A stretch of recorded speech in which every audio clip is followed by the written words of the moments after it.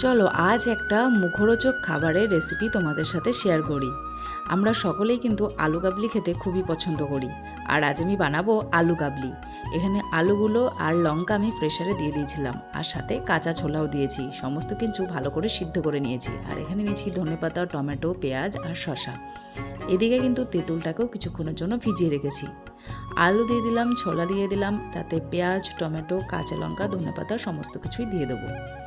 তাতে দেবো পরিমাণ মতন সর্ষের তেল, আর তাতে দেবো একটু বিট লবণ, আর যে তেঁতুলটা আমি আগে থেকেই গুলিয়ে রেখেছিলাম সেটাও এর মধ্যে দিয়ে দেবো। আর লঙ্কা তো আমি আগেই সিদ্ধ করে রেখেছিলাম, তো সমস্ত কিছু দেওয়া কমপ্লিট। এবার কিন্তু ভালো করে মাখিয়ে নেবো। আর এতে কিন্তু অ্যাড করছি আমি ভাজা মশলা। আর এই ভাজা মশলা দেওয়াতে কিন্তু আলু কাবলির টেস্টটা আরও সুন্দর হবে। আর খেতেও কিন্তু দারুণ হয়েছিল আলু কাবলি। তোমরা চাইলেও সন্ধ্যাবেলায় এরকম আলু কাবলি বানিয়ে খেতে পারো। আমার তো এরকম আলু কাবলি খেতে খুবই ভালো লাগে। তোমাদের কার কার এরকম আলু কাবলি খেতে ভালো লাগে আমাকে অবশ্যই কমেন্ট করে জানিও। আর ঘরে বানানো আলু কাবলির টেস্টই আলাদা। আমরা যেরকম বাইরের দোকান থেকে কিনে খাই সেই রকমই কিন্তু ঘরে আজকে আলু কাবলি বানিয়েছিলাম, সেটা খেতে দারুণ হয়েছিল।